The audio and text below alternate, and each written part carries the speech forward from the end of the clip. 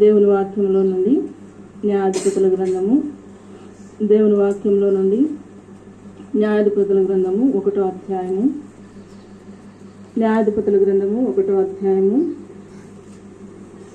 11వ వచనం నుంచి 15వ వచనం వరకు ఎవరైనా చదవండి. న్యాయాధిపతుల గ్రంథము 1వ అధ్యాయము 11 నుండి 15 వరకు.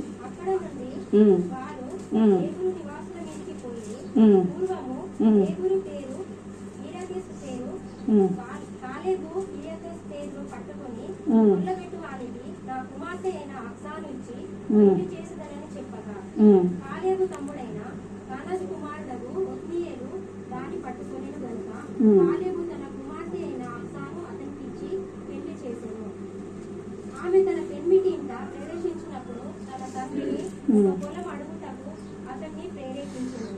ఆమె గాడిదను దిగగా కాలేబు నీకేమీ కావాలని అడిగాను. అందుకు ఆమె నీవేనా దయచేయము, నాకు దక్షిణ భూమి ఇచ్చినావు, నీటి మడుగులను కూడా నాకు దయచేయమడెను. అప్పుడు కాలేబు ఆమెకు వెనక మడుగులను పల్లపు మడుగులను ఇచ్చాను. చాలు. ఇదే వాక్య భాగము యెహోషువ గ్రంథము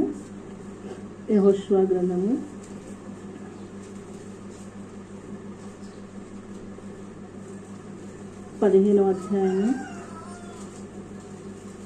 యెహోషువ గ్రంథము 15వ అధ్యాయము 16వ వచనం నుంచి చదువుకుందాం.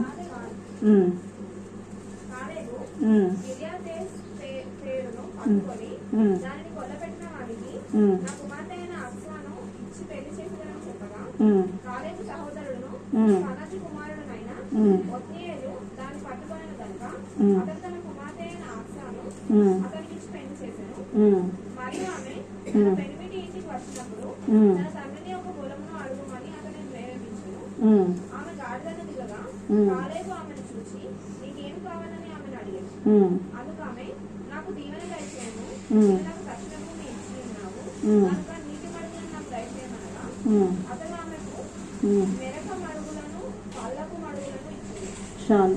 ఇక్కడ ఈ 2 భాగాల్లో కూడా మనం చూసినట్లయితే అక్సా యొక్క జీవితాల గురించి మనం చదువుతాం కదా.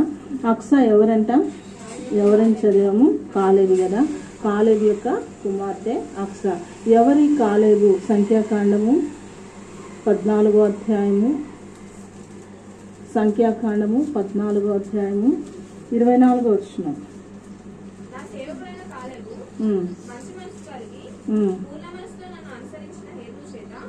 అతడు పోయిన దేశంలో అతని ప్రవేశపెట్టదను, అతని సంతతిని స్వాధీనపరచుకొనును. అమాలేకీయులను కనానీయులను ఆ లోయలో నివసించుచున్నారు. రేపు మీరు తిరిగి ఎర్ర సముద్రపు మార్గంగా అరణ్యంలో ప్రయాణమై పొందనను. చాలు. 24వ వచనంలో మనం చూస్తే నా సేవకుడైనటువంటి కాలేబు మంచి మనస్సు కలిగి పూర్ణ మనసుతో నన్ను అనుసరించను కదా. దేవుడు కాలేబు విషయంలో సాక్ష్యం ఇస్తూ ఉన్నాడు. ఏమని సాక్ష్యం ఇస్తూ ఉన్నాడంటే నా సేవకుడైనటువంటి కాలేబు. రెండవదిగా మనం చూసినట్లయితే పూర్ణ మనసుతో అనగా నిండు మనసుతో దేవుని అనుసరించినవాడు. తర్వాత మనం చూస్తే కాలేబు విషయంలో మనం ఇంకొక మాట కూడా జ్ఞాపకం చేసుకోవచ్చు. ఏంటంటే యెహోషువ వేగుల వారిని పంపించినప్పుడు, వేగు చుట్టానికి పంపించినప్పుడు వారిలో ఎవరున్నారు? 12 మందిలో కాలేబు కూడా ఉన్నాడు. అయితే మంచి వర్తమానం తీసుకొని వచ్చిన ఇద్దరిలో ఎవరున్నారు? కాలేబు ఉన్నాడు కదా. దేవుని ప్రజల కొరకై ఒక మంచి వర్తమానం తీసుకొని వచ్చిన వ్యక్తిగా కాలేబును మనం చూస్తాం. తర్వాత మరి దేవుని యొక్క సేవకుడిగా మనం చూస్తాం. ఇంకా మనం చూసినట్లయితే నిండు మనసుతో దేవుని ఏం చేస్తూ వచ్చినాడు? వెంబడిస్తూ వచ్చినాడు. నిండు మనసుతో దేవుని అనుసరిస్తూ వచ్చినాడు. అలాంటి ఒక మంచి వ్యక్తి యొక్క కుమార్తె ఎవరంట? అక్సా కదా. అలాంటి ఒక మంచి వ్యక్తి యొక్క కుమార్తె. అతని కుమారులు ఉన్నారు కానీ కుమార్తె ఒక్కతే కుమార్తెగా మనం చూస్తాం. అయితే ఈ అక్సాలో ఉన్నటువంటి కొన్ని లక్షణాలు ఈ ఉదయకాలంలో మనం చూస్తాం. న్యాయాధిపతుల గ్రంథంలో మనం చూసినట్లయితే 1వ అధ్యాయంలో చూడండి. న్యాయాధిపతుల గ్రంథము 1వ అధ్యాయము 11వ వచనం.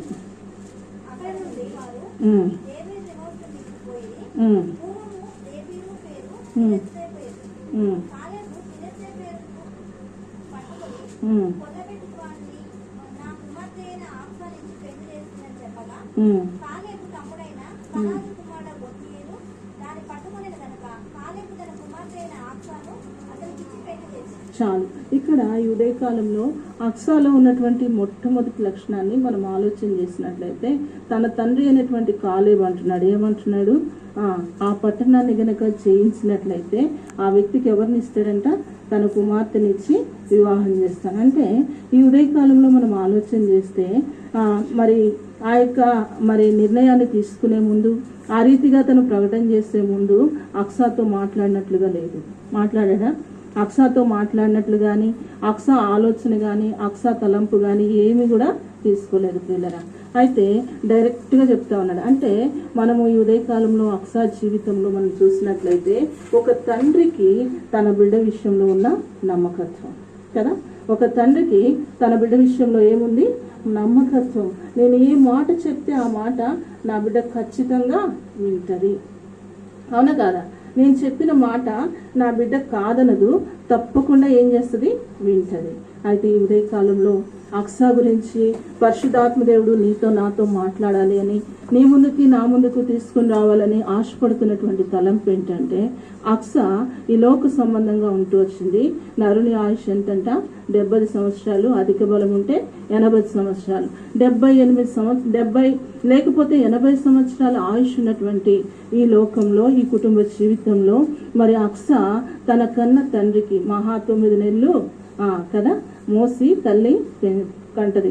అయితే కొన్ని సంవత్సరాలు తండ్రి ఈ లోకంలో తనకు పోషణ ఇస్తాడు.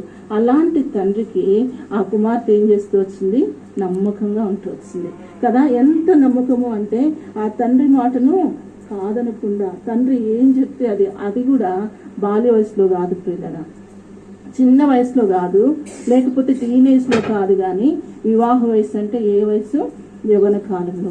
ఒక మంచి యవ్వన కాలంలో, యవ్వన కాలం అంటే ప్రజలు మరి యంగ్ గర్ల్స్ కానీ బాయ్స్ కానీ యవ్వన కాలంలో ఎట్లా ఉంటుంది అంటే, వాళ్ళ బ్లడ్ బాయిల్ అవుతూ ఉంటుంది కదా, ఉడుకు రక్తంతో ఉంటారు. ఇక వాళ్ళకి ఎవ్వరు చెప్పినా అర్థం కాదు, ఏది మంచో అర్థం కాదు, ఏది చెడో అర్థం కాదు. మంచంతా చెడుగా ఉంటుంది, చెడంతా మంచిగా ఉంటుంది. ఏ మంచి చెడు వివేచన మరి గ్రహించలేని వయసు, అర్థం చేసుకోలేని వయసు.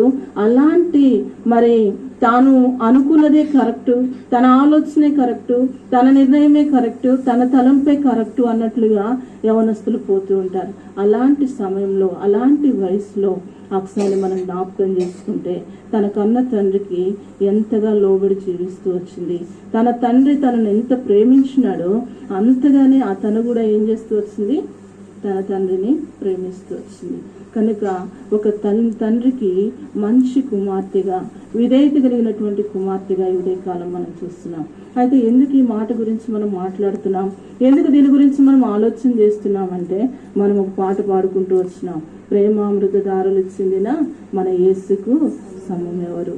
నిజంగా నీ కొరకు మరి కన్న తల్లిదండ్రులు మన కొరకు ప్రాణం పెట్టలేదు, కన్న తల్లిదండ్రులు మన కొరకు రక్తం కాచలేదు, వారు మన కొరకు అంత త్యాగం చేయలేదు. కానీ ప్రభువైన యేసుక్రీస్తు వారు నన్ను తన కుమార్తెగా చేసుకుంటూ కొరికాయి.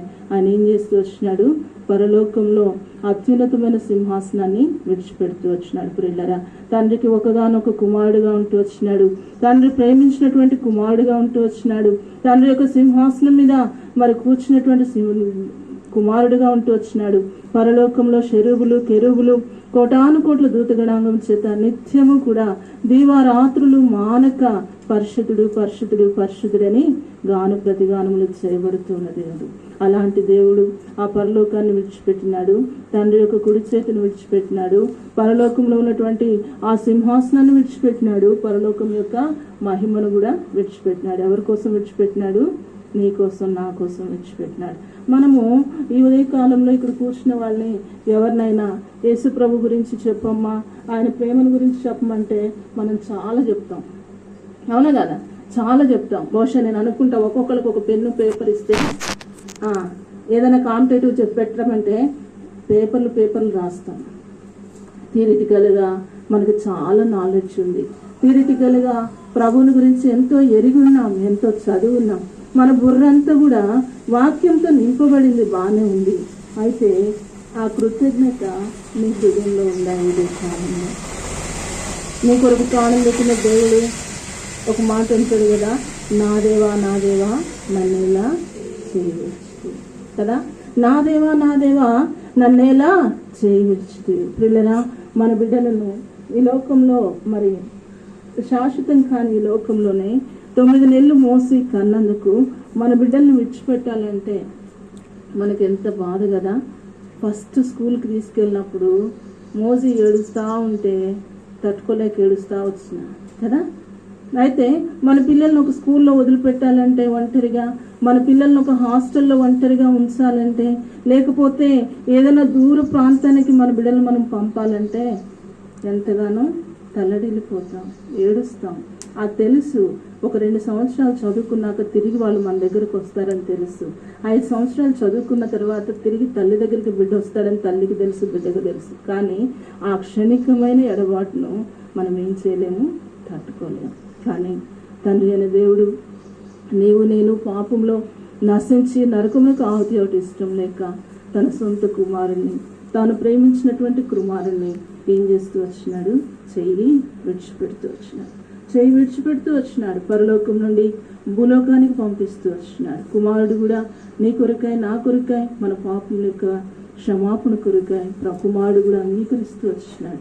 ఈ లోకానికి వచ్చినాడు నీ కొరకు నా కొరకు. ఏ పాపం ఎరుగనటువంటి దేవుడు నా పాపం నుంచి విడుదలనివ్వటి కొరకు ఆయన ఏం చేస్తూ వచ్చినాడు, ఆకారాన్ని పోగొట్టుకుంటూ వచ్చినాడు కదా.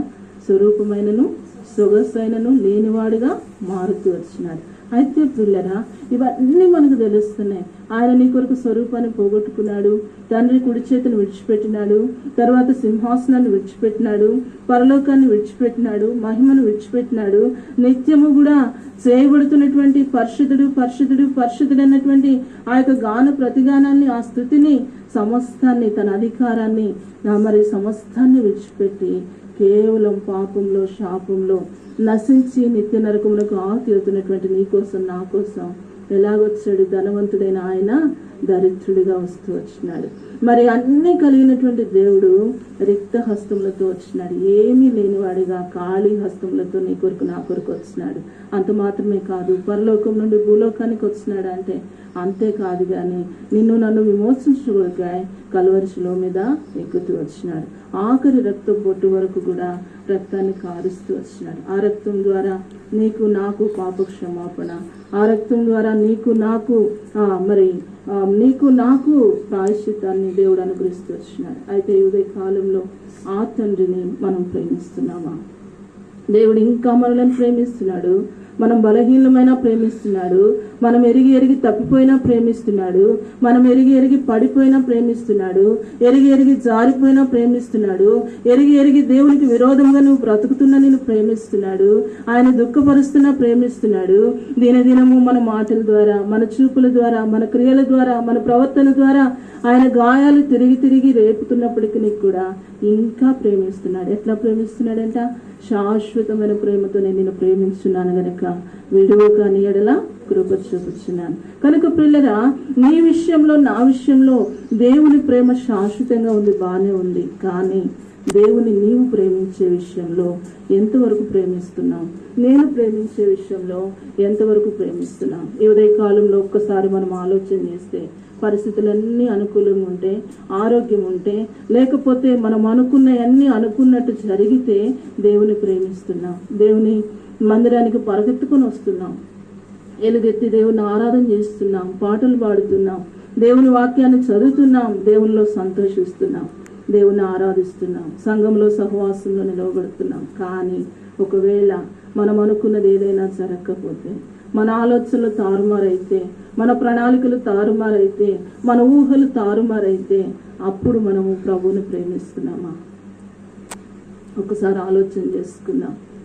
నిజంగా మన హృదయం యొక్క అంతరంగం యొక్క లోతుల్లోనికి దేవాతి దేవుడు ఉదయ కాలంలో తొంగి చూస్తున్నప్పుడు ఆయన మనం ప్రేమిస్తున్నామని అనేకమైన సందర్భాల్లో నోటితో చెప్తున్నాం. కానీ మన జీవితం ద్వారా, మన మాటల ద్వారా, మన చూపుల ద్వారా, మన క్రియల ద్వారా, మన ప్రవర్తన ద్వారా దేవుడెవరో నాకు తెలియదు అన్నట్లుగా జీవిస్తున్నాం. అయితే ప్రియులరా, ఇది నాన్న అక్సా జీవితం ద్వారా మరొకసారి దేవాతి దేవుడు ఈ ఉదయ కాలంలో నేను విడిచిపెట్టడానికి ఇష్టం లేక మరలా నీతో మాట్లాడటానికి ఇష్టపడుతున్నాడు. అక్సా తన తండ్రికి లోబడుతూ వచ్చింది. అక్సా తన తండ్రి యొక్క ఆజ్ఞకు లోబడుతూ వచ్చింది. అక్సా తన తండ్రి యొక్క నిర్ణయానికి తల వంచుతూ వచ్చింది. తన తండ్రి మాటే తన మాటగా, తన తండ్రి యొక్క ఆలోచనే తన ఆలోచనగా, తన తండ్రి యొక్క నిర్ణయమే తన నిర్ణయముగా, తన తండ్రి యొక్క ప్రణాళికే తన యొక్క ప్రణాళికగా ఎంచుతూ వచ్చింది. అన్ని విషయాలు ఏమో అనుకోవచ్చు. పలానా కోర్సు చదువమ్మా అంటే పర్లేదు చదువుతాను అనొచ్చు, లేకపోతే పలానా ప్లేస్లో ఉండమ్మా అంటే పర్లేదు ఉంటాను అనొచ్చు, ఇంకా ఏదైనా మాటకు వినొచ్చు. కానీ వివాహం అనేది జీవితంలో ఒక్కసారే జరిగేది పిల్లరా. వివాహం అనేది నీ జీవితాన్ని, నీ దిశను నిర్దేశించేదిగా ఉంటుంది. ఒక్కసారి నువ్వు వివాహం చేసుకున్న తరువాత మరణం వరకు దానికి నువ్వేం చేయాలి? కట్టుబడి ఉండాలి. ఇక ఎన్నటికీ కూడా వెనుదిరగటానికి లేనటువంటిది. అలాంటి తీర్మానం విషయంలో కూడా ప్రియులరా అక్సా తండ్రికి తల వంచుతూ వచ్చింది. తనేం తలంచిందంటే, నన్ను ఇంతగా ప్రేమించిన నా తండ్రి నా కొరకు శ్రేష్టమైన దాన్ని ఆలోచన చేస్తాడు, నా కొరకు శ్రేష్టమైనటువంటి నిర్ణయాన్ని తీసుకుంటాడు కనుక నా భవిష్యత్తుని గురించి కూడా ఆలోచిస్తాడని నమ్మింది గనుక తన తండ్రి యొక్క మాటకు తల వంచుతూ వచ్చింది. ఎవరిని వివాహం చేసుకోమంటే ఆ వ్యక్తిని వివాహం చేసుకోవటానికి ఏమి మాట్లాడకుండా, సందేహించకుండా, సనక్కుండా, ఎదురు మాట్లాడకుండా తల వంచుతూ వచ్చింది. అయితే ఇది నాన్న ఈ ఉదయకాల సమయంలో దేవాతి దేవుడు నన్ను ప్రశ్నిస్తున్నాడు. ఆనాడు అక్సా యవ్వన కాలంలో కాలేబుకు లోబడుతూ వచ్చింది. మన వయస్సు దగ్గరగా ఒక్కొక్కరికి 40, ఒక్కొక్కరికి 50, ఎన్నో సంవత్సరాలని. అయితే ఈ వయసులో మన పరలోకపు తండ్రికి మనం లోబడుతున్నామా? మన పరలోకపు తండ్రి యొక్క మాటను మనం వింటున్నామా? మన పరలోకపు తండ్రి యొక్క ఆజ్ఞకు మనం తల వంచుతున్నామా? ఆయన యొక్క తీర్మానానికి మనం అంగీకరిస్తున్నామా? ఆయన యొక్క పిలుపుకు మనం లోబడుతున్నామా? ప్రియులరా, ఒకసారి మనల్ని మనం పరిశీలన చేసుకుంటే ఈ విషయంలో చాలాసార్లు మనం తప్పిపోయిన వారమని ఒప్పుకోక తప్పదు కదా. చాలాసార్లు ప్రతి ఒక్కరి ఇక్కడ కూర్చున్న వారిలో నన్ను మొదలుకొని ప్రతి ఒక్కరము కూడా ఎన్నోసార్లు తప్పిపోయిన వారు అయినప్పటికీ కూడా మనల్ని విడిచిపెట్టడానికి ఇష్టం లేదు కనుక ఇంకొకసారి మరలా ఇంకొక అవకాశాన్ని దేవాతి దేవుడు నీకు నాకు ఇవ్వాలని ఆశపడుతున్నాడు. అక్సా జీవితాన్ని మన కనులు ఎదుట పెట్టి దేవుడు ఇంకొకసారి మన ద్వారా ఒక తీర్మానంలోనికి నడిపించాలని ఆశపడుతున్నాడు. ఒకవేళ ఏదైనా పరిస్థితిని బట్టి, ఏదైనటువంటి స్థితిని బట్టి దేవుని ప్రేమించే విషయంలో నువ్వు వెనకపోతే, ఒకవేళ దేవుని మాటకు నువ్వు లోబడిన స్థితిలో ఉంటే, దేవుని ఆజ్ఞకు తల వంచిన స్థితిలో ఉంటే, ఇది నాన్న అక్సా వలె తిరిగి సమకూర్పులోనికి రావాలని పరిశుద్ధాత్మ దేవుడు ఆశపడుతున్నాడు. కనుక మొట్టమొదటిగా అక్సా జీవితంలో తన తండ్రిని ప్రేమించినటువంటి యవనరాలుగా మనం చూస్తాం. తండ్రి ఆజ్ఞకు లోబడినటువంటి విధేయత చూపించినటువంటి ఒక మంచి యవనరాలుగా మనం చూస్తాం. తర్వాత మనం చూసినట్లయితే అక్కడే రాయబడుతూ వచ్చింది, ఎవరితో వివాహం అయిందంటే తనకి ఒత్నీయేలు. ఎవరి ఒత్నీయేలు? కనజు కుమారుడైన ఒత్నీయేలు. అయితే ప్రియులరా, కేవలం కనజు కుమారుడైన ఒత్నీయేలు మాత్రమే కాదు కానీ అతను ఎలాంటి వాడు, ఆ పట్టణాన్ని ఏం చేసినాడు? పట్టుకున్నాడు. అంత మాత్రమే కాదు, న్యాయాధిపతుల్లో మొట్టమొదటి ఇశ్రాయేలుకు మొట్టమొదటి న్యాయాధిపతి ఎవరు? ఒత్నీయేలు. అంటే ఒక పరాక్రమశాలి అయినటువంటి కాలేబుకు కుమార్తెగా ఉంటూ వచ్చింది. అదే సమయంలో మరి తండ్రి మాటకు తల ఉంచినప్పుడు శ్రేష్ఠుడైనటువంటి ఒక పరాక్రమశాలి అయిన ఇశ్రాయేలుకు మొట్టమొదటి న్యాయాధిపతి అయినటువంటి ఒక వ్యక్తికి తన ఏమవుతూ వచ్చింది? భార్యగా ఉంటూ వచ్చింది. ప్రియులరా, కొన్నిసార్లు బహుశా ఈ లోకంలో శరీరంలో ఉన్నారు గనక, రక్తమాంసంలో ఉన్నారు గనక, మానవులు గనక కన్న తల్లిదండ్రులైన మన విషయంలో వారు తీసుకునే ఆలోచన, వారు తీసుకునే నిర్ణయము, వారు తలంచే తలంపు, మన విషయంలో వారి యొక్క ప్రణాళికలు కొన్నిసార్లు తారుమారవచ్చు, కొన్నిసార్లు మేలుగా తలస్తే కీడుగా జరగవచ్చు. కానీ పరలోకపు తండ్రి నీ విషయంలో చేసే ప్రతి తీర్మానము, పరలోకపు తండ్రి నీకు ఇచ్చేటటువంటి ప్రతి ఆజ్ఞ, పరలోకపు తండ్రి నీకు చూపించే ప్రతి మార్గము కూడా ఆరంభంలో మనకు అర్థం కాకపోయినా అది ఎంతో శ్రేష్టమైనదిగా ఉంటుంది. ఎలా ఉంటుంది? మేలుకరమైనదిగా ఉంటుంది. అందుకని అంటాడు, నా తలంపులు మీ తలంపుల వంటివి కావు కదా. అవి ఎలాంటివి అంటే భూమికి ఆకాశము ఎంత ఉన్నతంగా ఉన్నదో ఆయన యొక్క తలంపులు నీ విషయంలో నా విషయంలో అంత ఉన్నతమైనవిగా, అంత శ్రేష్టమైనవిగా ఉంటాయి.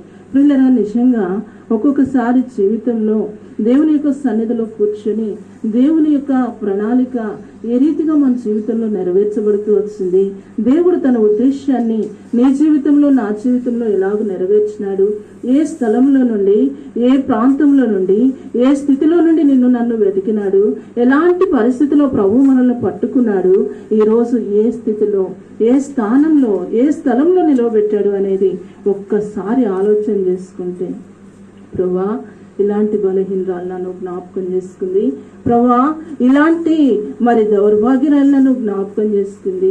నా ఆలోచనలేంటి, నా ప్రణాళికలేంటి, నా తలంపులేంటి, నా ఆలోచనల ప్రకారము, నా తలంపుల ప్రకారము, నా ప్రణాళికల ప్రకారము నేను ముందుకు కొనసాగి ఉంటే, నీ మాటకు లోబడకపోతే, నీ ఆజ్ఞకు తలవంచకపోతే, నీ పిలుపుకు లోబడకపోతే మన జీవితాలు ఎక్కడో లోకంలో ఉండే ప్రియులరా, లోకంలో పాపంలో శాపంలో ఎక్కడో కూరుకొని పోయి శాపగ్రస్తమైన జీవితంలో మన జీవితాలు ముగించబడాయి. కానీ దేవాతి దేవుడు మన ఆలోచనలు కొట్టివేసి, మన తలంపులను కొట్టివేసి, మన యొక్క ప్రణాళికలన్నింటినీ కూడా నిరర్థకం చేసి తన యొక్క ఉన్నతమైన ఉద్దేశాన్ని నీ పక్షంగా నా పక్షంగా నెరవేర్చుకుంటూ వచ్చినాడు. నిజంగా లోకంలో అనేకులు ఉన్నారు, మన కుటుంబాల్లో అనేకులు ఉన్నారు, మన తల్లిదండ్రులు, బంధువులు, రక్త సంబంధికుల్లో, సంఘంలో అనేకులు ఉన్నారు. కానీ వారికి లేని గొప్ప ధన్యత నీకు నాకు దేవుడు ఏం చేస్తూ వచ్చినాడు, అనుగ్రహిస్తూ వచ్చినాడు. పరిశుద్ధులుగా పిలువబడటానికి, ఆయన కుమార్తెలుగా చేయబడటానికి దేవుడు గొప్ప అర్హతనిచ్చినాడు. అంత మాత్రమే కాదు,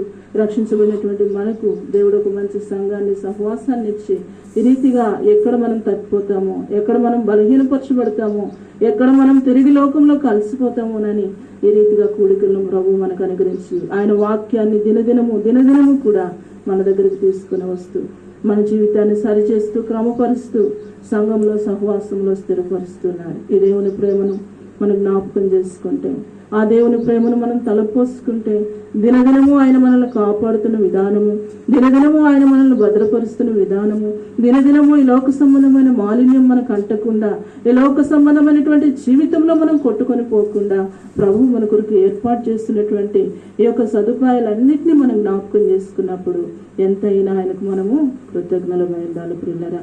అయితే ప్రభు ఇంతగా మనల్ని ప్రేమించి, ఇంతగా మనల్ని వెతికి రక్షించుకొని, ఇంతగా మనల్ని సంఘంలో సహవాసంలోనికి తీసుకొని వచ్చి, ఇంతగా వాక్యాన్ని ఇచ్చినాక కూడా ఇంకా మనం బలహీనంగా ఉంటే, ఇంకా మనము అవిధేయులముగా ఉంటే, ఇంకా శరీర సంబంధమైనది, లోక సంబంధమైనది, పాప సంబంధమైనది ఏదైనా మనలో ఉంటే ఇంకా మనకన్నా దౌర్భాగ్యులు ఉండరేమో ప్రియులరా. కారణం ఏంటో తెలుసా?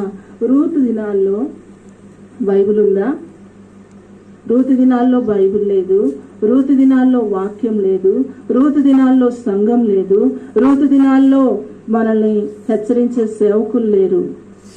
అలాంటి దినాల్లో ఒక అన్యురాలు, దేవుని ఎరుగనటువంటి అన్యురాలు, మరి శపితమైనటువంటి వంశంలో నుంచి వచ్చినటువంటి ఆమె నయోమి ద్వారా కొన్ని మాటలు ఆ దేవుని గురించి విన్నది, కొన్ని మాటలు తెలుసుకున్నది, ఆ దేవుని ప్రేమను రుచి చూసింది. ఒకే ఒక తీర్మానం, నీ దేవుడే నా దేవుడు, నీ క్షణమే నా క్షణము, నీవు నివసించే చోటనే నేను నివసించదు, మరణము తప్ప మరి నిన్ను నన్ను ఏది కూడా పిల్లరా. ఒక అన్యురాలు, వాక్యం లేని దినాల్లో, బైబిల్ లేని దినాల్లో, సంఘం లేని దినాల్లో, సేవకులు లేని దినాల్లో ఆదరించేవారు, ధైర్యపరిచేవారు, ప్రోత్సాహపరిచేవారు, వెనుదట్టి ముందుకు నడిపించేవారు లేని దినాల్లో ఒకే ఒక తీర్మానం చేసింది. ఆ తీర్మానంలో మరణం వరకు నిలబడిందా లేదా? మరణం వరకు నిలబడింది. ఎస్తేరు దినాల్లో బైబిల్ ఉందా? ఎస్తేరు దినాల్లో మందిరం ఉందా? ఎస్తేరు దినాల్లో సేవకులు ఉన్నారా? మొర్దెకై మాటకు లోబడింది. రూతు జీవితంలో నయోమిని వాడుకున్నాడు, ఎస్తేరు జీవితంలో మొర్దెకైను వాడుకున్నాడు. మొర్దెకై మాటకు షూషన్ కోట బయట ఉన్నప్పుడు విన్నది, షూషన్ కోట లోపలికి వెళ్ళినా కూడా విన్నది. ఆ ఒక్క మాట, ఆ ఒక్క ఆలోచన, ఆ ఒక్క తీర్మానము తన జీవితకాలం అంతట్లో ఎన్నడూ కూడా వెనుదిరగలేదు కదా. అయితే ఈ కాలంలో నా తలంపు ఏంటంటే, మనము ఎన్నిసార్లు తీర్మానం చేసి ఉంటాం, ప్రభా ఇంక నీ కొరకే బ్రతుకుతా. ఎవరన్నా ఒక మంచి దైవజనులు వచ్చి బాగా వాక్యం చెప్తే, దేవుని ఆత్మచేత నింపబడి వాక్యం చెప్తే ఆవేశపడిపోతాం, ఎక్సైట్ అయిపోతాం. వెంటనే ప్రభా ఇక బ్రతికితే నీ కోసమే, లేదంటే సావు మేలు అంటాం. ఆ తీర్మానం ఎన్ని రోజులు మనలో నిల్చుంటుంది, ఎన్ని దినాలు నిల్చుంటుంది? ప్రతి సంవత్సరం న్యూ ఇయర్కి ప్రభా ఈ సంవత్సరం అంతా తప్పైనా, ఈ సంవత్సరం అంతా ఎన్నో బలహీనతలు నాలో ఉన్నాయి, నూతన సంవత్సరంలో నీ కొరకు రోషం కలిగి బ్రతుకుతా ప్రభా. నూతన సంవత్సరంలో పరిశుద్ధతను కాపాడుకుంటా, యథార్థతను కాపాడుకుంటా నమ్మకంగా బ్రతుకుతాను ప్రభా. 4 దినాలు ప్రార్థన చేసుకుంటాం, 4 దినాలు బైబిల్ చదువుకుంటాం, 4 దినాలు రోషంగా బ్రతుకుతాం.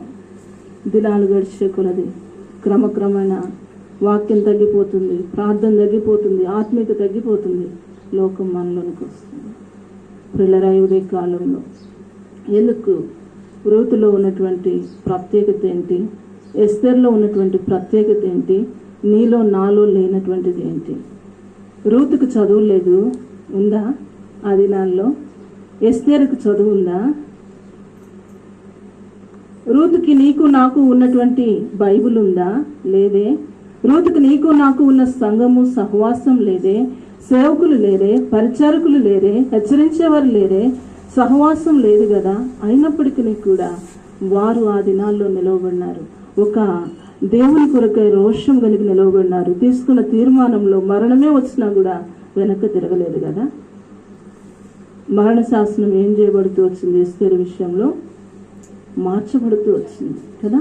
మరణ శాసనాన్ని తన విషయంలోనే కాదు, తన కుటుంబం కాదు, తన జాతిని ఒక మాట పాడుకుంటాం కదా, నేను నశించదనని చెప్పి నా మరణానికి సైతం తల వంచి తన జాతిని ఏం చేసుకుంది? కాపాడుకుంది. పిల్లరా, ఉదయ కాలంలో ఎస్తేరును జ్ఞాపకం చేసుకున్న దేవుడు నిన్ను జ్ఞాపకం చేసుకోడా? నన్ను జ్ఞాపకం చేసుకోడా? రూతును జ్ఞాపకం చేసుకున్న దేవుడు నన్ను జ్ఞాపకం చేసుకోడా? వారి తీర్మానం మీద పరిశుద్ధాత్మ యొక్క ముద్రను వేసి ఆ తీర్మానంలో తొలగిపోకుండా మరణం వరకు నిలవబట్టడానికి కృపనిచ్చిన దేవుడు నా తీర్మానాలను స్థిరపరుస్తాడు. కానీ మనం ఏం చేస్తున్నామంటే తీర్మానాన్ని మర్చిపోతూ ఉన్నాం. దినదినానికి అవసరమైన వాటిని విడిచిపెట్టి అనవసరమైనటువంటి వాటిని అభ్యాసం చేసుకుంటున్నాం. కనుక ఇది రూతులో ఉన్నటువంటి రోషము నీలో నాలో లేదు, రూతులో ఉన్నటువంటి తీర్మానము నీలో నాలో లేదు, ఎస్తేర్లో ఉన్నటువంటి దేవుని కొరకైనటువంటి బ్రతకాలి అన్నటువంటి ఆ యొక్క వాంఛ నీలో నాలో కలగట్లేదు. కనుక అక్సా జీవితం ద్వారా మరొకసారి మనం జ్ఞాపకం చేయబడుతూ ఉన్నాం. పిల్లరా, మన తీర్మానాలు ప్రభు కొరకు ఎలా ఉన్నాయి? మనం చాలాసార్లు రూతు గురించి చెప్పమంటే ఎంతగానో చెప్తాం, కడత వాక్యం ఇస్తే అప్పు చెప్తాం, ఎస్తేరు గురించి చెప్పమంటే ఎంతో చెప్తాం. కానీ ఎన్నిసార్లు మన జీవితంలో రూతుని చదివి ఉంటాం, ఎన్నిసార్లు ఎస్తేరు గురించి వినుంటాం. అయితే ఎప్పుడైనా అక్సా లాంటి వారితో, రూతు లాంటి వారితో, ఎస్తేరు లాంటి వాళ్ళతో మన జీవితాన్ని పోల్చుకున్నామా? ప్రభువా, ఆ దినాల్లో, నాగరికత లేని దినాల్లో అన్యులు నీ కొరకు నిలవబడుతూ వచ్చినారు. సంఘం లేని దినాలు నిజంగా చాలాసార్లు దేవుని సన్నిధిలో కూర్చొని నేను ఇలా ఆలోచన చేస్తూ వస్తా. ఒక మోయాబీరాలు శపితమైనటువంటి స్థలంలో నుండి, వంశంలో నుండి వచ్చిన ఆమె ఆ వృద్ధురాలు చెప్పిన కొన్ని మాటలు విని, ఆ మాటలు దేవుని వాక్యంలో ఉంది వల్ల వినటం వల్ల మనకి ఏం కలిగిద్దంట? విశ్వాసం కలిగిద్దంట. ఆ నయోమి ఏం చెప్పుంటది? ఆమె ఏమన్నా విశ్వాసంలో బలంగా ఉందా? లేదు కదా. బెత్లెహేము నుంచి ఎక్కడ పోయింది? మోయాబుకి వెళ్ళింది. అంటే ఆత్మీయ జీవితంలో బలహీనపరచబడిన ఒక వ్యక్తి తాను చెప్పిన కొన్ని మాటల ద్వారా ఒక అన్యురాలు ఏమవుతూ వచ్చింది? బలపరచబడుతూ వచ్చింది. బలపరచబడి తన దేశాన్ని విడిచి, తన బంధువులను విడిచి, లేదు అన్ని మంచిగా ఉన్నప్పుడు వచ్చిందా అంటే భర్తను కోల్పోయినటువంటి ఒక విధవరాలిగా ఆ బాధను కూడా విడిచిపెట్టి తన తల్లిదండ్రులను, తన బంధువులను, తన రక్త సంబంధికులను, నాన్న వారిని, దేశాన్ని, సమస్తాన్ని విడిచిపెట్టి తాను ఎరుగనటువంటి దేశానికి వచ్చింది. పిల్లలు ఆ దేశానికి వచ్చి ఆ వృద్ధురాలతో కలిసి ఆ ఇంట్లో ఉంటుంది. కనీసం నయోమికి ఆ రూతుకి భోజనం పెట్టే స్థితి ఉందా? లేదు. అలాంటి పరిస్థితుల్లో తన తీర్మానాన్ని ఈ ఉదయకాలం మనం జ్ఞాపకం చేసుకున్నాం. నా జీవితంలో అనేకమైన సందర్భాల్లో ప్రభు సన్నిధిలో నేను కూర్చొని ఇలాగా ఆలోచన చేస్తాను. ప్రభా, మోయాబీరాలు ఒక అన్యురాలే, ఒక వృద్ధురాలు చెప్పిన, ఆత్మీయ జీవితంలో బలహీనురాలు చెప్పిన కొన్ని మాటలు ఆమెలో ఎంత విశ్వాసాన్ని కలిగించినాయి, ఆమెలో ఎలాంటి స్థిరమైనటువంటి నిర్ణయానికి తీసుకుని వచ్చినాయి, ఎలాంటి ఒక స్థిరమైన తీర్మానాన్ని తీసుకుని వచ్చింది. ఆమె తన తీర్మానంలో విధవరాలైన తన స్థితిని తను చూసుకోలేదు కదా. తన సమస్తాన్ని విడిచి దేశానికి వచ్చి తినటానికి తిండి లేని పరిస్థితిలో, ఉండటానికి సరైన గృహం లేని పరిస్థితిలో, వస్తువులు లేని దినాల్లో ఆమె ఏం చేసింది తెలుసా? తన అత్తను పోషించుకోవటానికి ఏం చేసిందంట? దేశంలో భాష తెలియని ప్రాంతంలో అక్కడున్న ప్రజలను వెంబడించి ప్రతి దినము కూడా విధవరాలు గనక పొలానికి వెళ్ళి, ఈమె పని చేయటానికి అర్హత లేదు కదా, పరిగె వేరుకుంటానికి వెళ్ళింది. పిల్లరా, చాలా దినాలు ఆ పనివారిని వెంబడించి పరిగె వేరుకొని సాయంకాలానికి అది తీసుకొని వచ్చి అత్తను తనను పోషించుకుంటూ వచ్చింది. అంటే ఎన్నో ప్రతికూలమైన పరిస్థితులు, ఎన్నో పోరాటాలు వ్యక్తిగత కుటుంబ జీవితంలో. నాన్నవారు ఎవరు లేరు, చెప్పుకోవటానికి ఏ దిక్కు లేదు, ఆదరించేవారు ఎవరు లేరు, ధైర్యపరిచేవారు ఎవరు లేరు, ప్రోత్సాహపరిచేవారు ఎవరు లేరు. పర్లేదులేమ్మా, ఇప్పుడు ఆరంభంలో కొంత కష్టం ఉన్నా తర్వాత దేవుడు మంచి లైఫ్ ఇస్తాడని వెన్నుతట్టి ప్రోత్సాహపరిచి తన చేతిని పట్టుకొని ముందుకు నడిపించేవారు ఎవ్వరూ లేరు ప్రియులారా. అలాంటి ప్రతికూల పరిస్థితుల్లో, నిరాశ పరిస్థితుల్లో, నిస్సహాయమైనటువంటి పరిస్థితుల్లో, ఒంటరి పోరాటంలో ప్రభు కొరికే తను నిలవబడుతూ వచ్చింది. ఎంత గొప్ప విశ్వాసం కదా, ఎలాంటి తీర్మానం కదా. అయితే నీ పరిస్థితి ఏంటి, నా పరిస్థితి ఏంటి? దేవుడు అన్నీ ఇచ్చినప్పటికీ సంఘాన్ని ఇచ్చినాడు, సహవాసాన్ని ఇచ్చినాడు, దేవుని వాక్యాన్ని ఇచ్చినాడు, పరిశుద్ధులను ఇచ్చినాడు, సేవకులను ఇచ్చినాడు, ఎన్నో కూడికలు ఇచ్చినాడు. వాక్యం ఎంతగానో యూట్యూబ్లో అక్కడ ఇక్కడ సమృద్ధిగా దొరుకుతుంది. కానీ తినగ ఏమవుతుందంట? గారెలు కూడా చేదైపోతున్నాయంట. అంటే వాక్యం విని విని విని మనకి ఎక్కువైపోతుంది.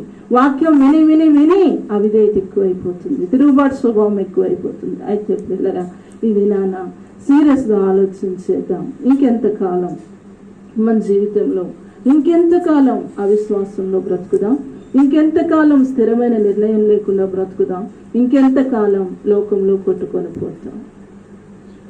ఒకవేళ నీ జీవితంలో ఈ రాత్రి ప్రభు నిన్ను పిలిస్తే, నా జీవితంలో ఈ రాత్రి ప్రభు నన్ను పిలిస్తే మన స్థితి ఏంటి? నేను ఎప్పుడు కూడా చాలా సందర్భాల్లో నేను ఒంటరిగా ఉన్న సమయంలో నేను జ్ఞాపకం చేస్తా. వదినాన ఈ మధ్యకాలంలో నేను అన్నా, చాలా అల్లరి చేస్తున్నాడు, మాట వినట్లా, లోబడట్లా, వారం అంతా చెప్పినా కరెక్ట్ సండే స్కూల్ టైంకి వచ్చేటప్పటికి అల్లరి చేస్తూ ఉన్నాడు. వదినాన ఎవరు లేరు, ఎదురు కూర్చున్నా.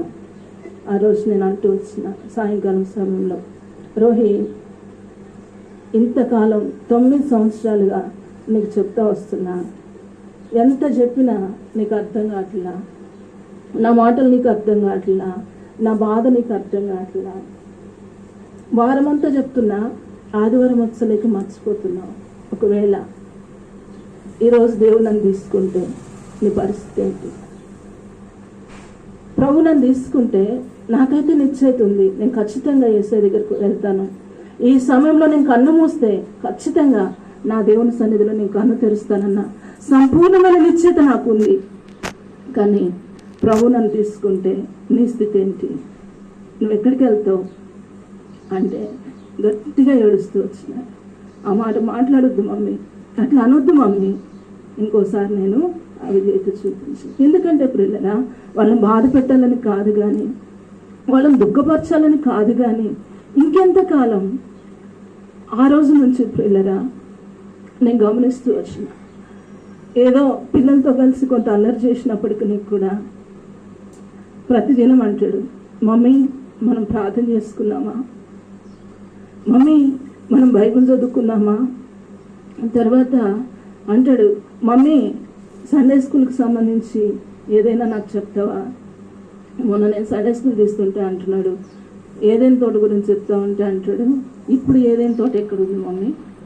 అప్పుడు నేను చెప్పిన, ఇరాక్లో ఉందిరా అంటే నిన్న అంటా ఉన్నాడు, మమ్మీ రోజు కొన్ని నైట్ పడుకునేటప్పుడు సండే స్కూల్ గురించి కొన్ని చెప్పు మమ్మీ, బైబిల్ గురించి కొన్ని చెప్పు మమ్మీ. ఇట్లా చాలాసార్లు ఖాళీ సమయం దొరికినప్పుడు దేవుని గురించి లేకపోతే దైవజనుల సాక్ష్యాల గురించి మేము మాట్లాడుకుంటూ ఉంటాం. ప్రియులరా, ఎందుకు ఈ మాటలు చెప్తున్నానంటే, ఒక తల్లిగా నీవు సరైన తీర్మానంలో లేకపోతే, నీ విశ్వాసం స్థిరమైనది కాకపోతే, నీవే ఇంకా చంచలమైన మనస్తత్వం కలిగి ఉంటే, నీవే ఇంకా నీ జీవితంలో అస్థిరాలుగా నీవు ఉంటే, నీ తీర్మానంలో నీ ప్రణాళికలో నీకే నమ్మకత్వం లేని దానికి ఉంటే నీ బిడ్డల పరిస్థితి ఏంటి? నీలో ఉన్న అవిశ్వాసాన్ని చూసి నీ బిడ్డలు ఏం నేర్చుకోవాలి? నీలో ఉన్న ప్రార్థన రహితమైన జీవితాన్ని చూసి నీ బిడ్డలు ఏం నేర్చుకోవాలి?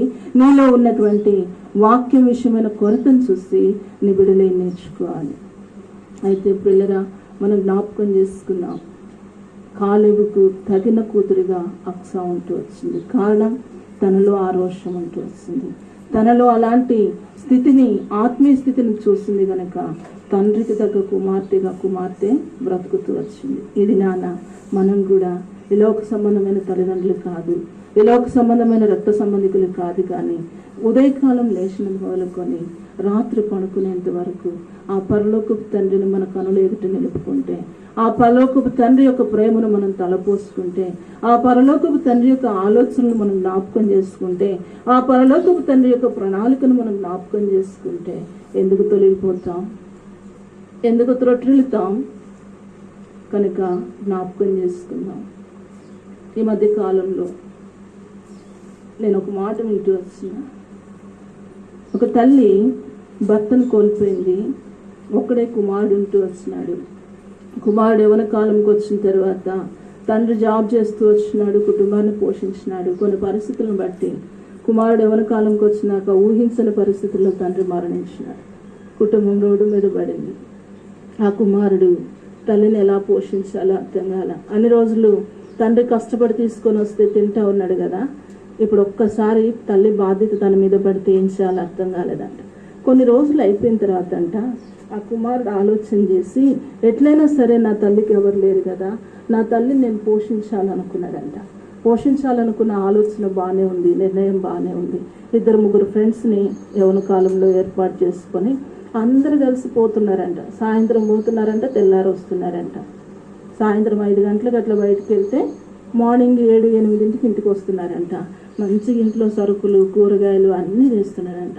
ఈ తల్లి హృదయంలో ప్రశ్న, వీళ్ళు సాయంత్రం వెళ్తున్నారు, ఉదయం వస్తున్నారు, అన్నీ తెస్తున్నాడు, అలవాటు లేనివాడు ఏం పని చేస్తున్నాడు, ఎట్లా తెస్తున్నాడు, ఎట్లా నడుపుతున్నాడు? డౌట్ వస్తే, ఏం చేస్తున్నావురా అంటే, పని చేస్తున్నా మమ్మీ అంటున్నాడంట. తర్వాత ఒకరోజు కుమారులు లేని సమయంలో పిల్లరా ఆ ఫ్రెండ్స్ని పిలిచి అడిగిందంట, నాన్న అన్న మీరు కలిసి ప్రతిదినం వెళ్తున్నారు, వచ్చేటప్పుడు అన్నీ తెస్తున్నారు, ఎక్కడికి వెళ్తున్నారు నాన్న అంటే, ఆ తమ్ముడు చెప్పాడంట, ఎక్కడికి ఏంది మమ్మీ, మేము దొంగతనానికి పోతున్నాం. ఎక్కడ పోతున్నారంట?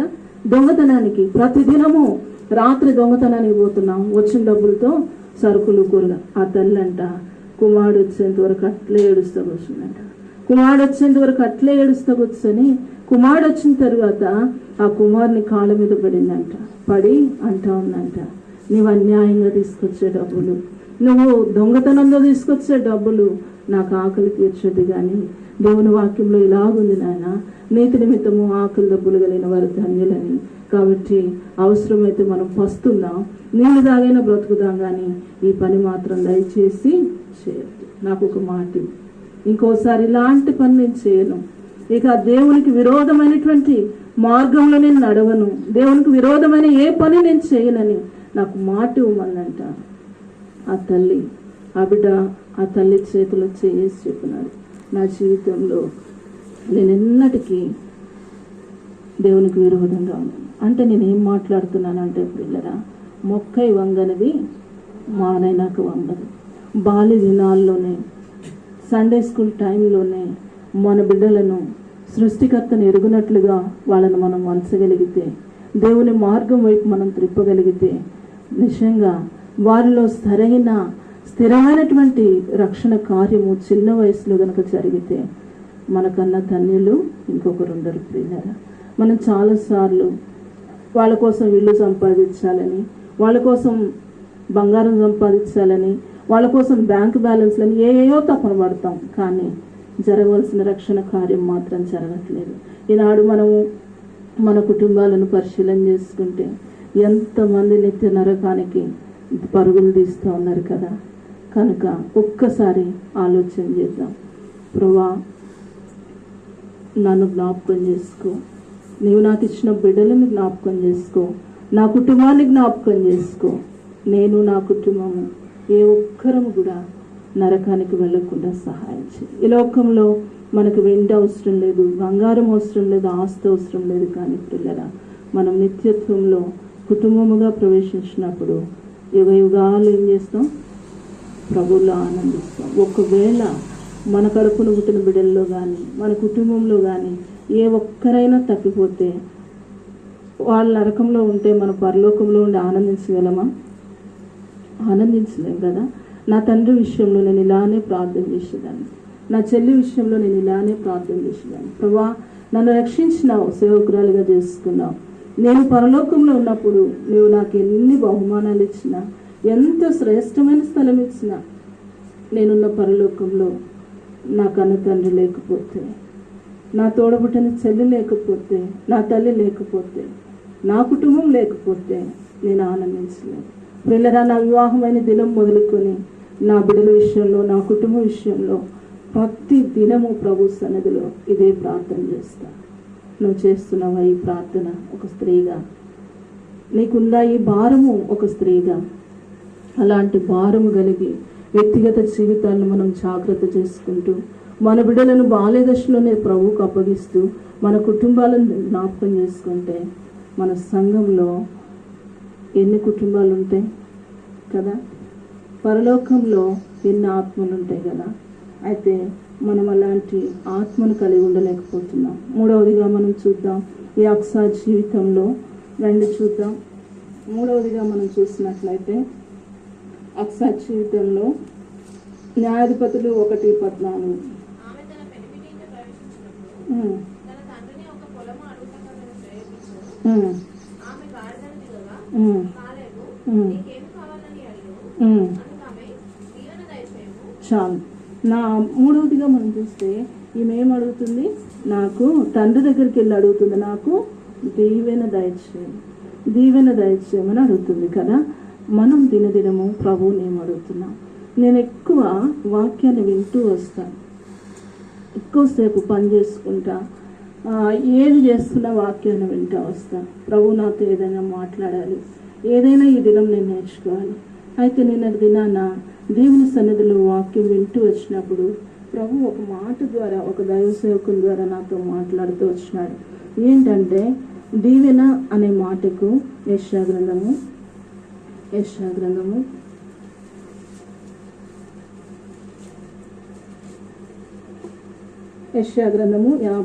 అధ్యాయము, యెషయా గ్రంథము 58వ అధ్యాయము 12వ వచనం చదవండి. పూర్వకాలం నుండి పాడైపోయిన స్థలములను చెట్లు కట్టెదరు. అనేక తరముల కిందట పాడైపోయిన పునాదులను నీవు మళ్ళా కట్టెదవు. విరుగబడిన దానిని బాగు చేయు వాడవనియు, దేశంలో నివసించినట్లు గోవలు సిద్ధపరచు వాడవనియు నీకు పేరు పెట్టబడు. ఈ మాట దైవజనులు చెప్తూ, అమ్మా ఒక మాట అంటూ వస్తున్నాడు. నీ వ్యక్తిగత జీవితంలో భారంతో నింపబడుతూ ఉన్నావా? బాధతో ఉంటూ ఉన్నావా? దినదినము కూడా దేవుని సన్నిధిలో కన్నీరు గారుస్తూ వస్తున్నావా? నా బిడ్డలకు ఇంకా రక్షణ లేదే, నా కుటుంబ పరిస్థితి ఇలా ఉంది, నా బంధువులు ఇలా అన్యులుగా ఉంటున్నారే, ఇలాగ నువ్వు బాధపడుతూ ఉన్నావా? దేవుని సన్నిధిలో కన్నీరు గారుస్తూ ఉన్నావా? నిరాశలో ఉన్నావా? నిట్టూర్పులో ఉన్నావా? అయితే జ్ఞాపకం చేసుకో, ఈ వాగ్దానాన్ని దేవుని సన్నిధిలో ఎత్తిపట్టమ్మా. ఈ వాగ్దానాన్ని ఎత్తిపట్టి ప్రతి దినము కూడా ఈ వాగ్దానాన్ని దేవుని సన్నిధిలో ఎత్తిపట్టి ప్రార్థన చేయి. ఇంకా నీ కుటుంబంలో ఎవరైతే అలాంటి స్థితిలో ఉన్నారో అలాంటి వారందరినీ కూడా మనం ఏం చేయాలంట? ఆ వచనంలో స్పష్టంగా ఉంది చూడండి. ఏమని పేరు పెడతాడంట? పురాతన కాలం నుండి పాడైపోయిన, అంటే చాలా కాలం నుండి పాడైపోయినటువంటి స్థలములను నీ జనులు కట్టెదరు. అనేక తరముల క్రిందట పాడైపోయినటువంటి పునాదులు నువ్వు మరలా కట్టుదువు.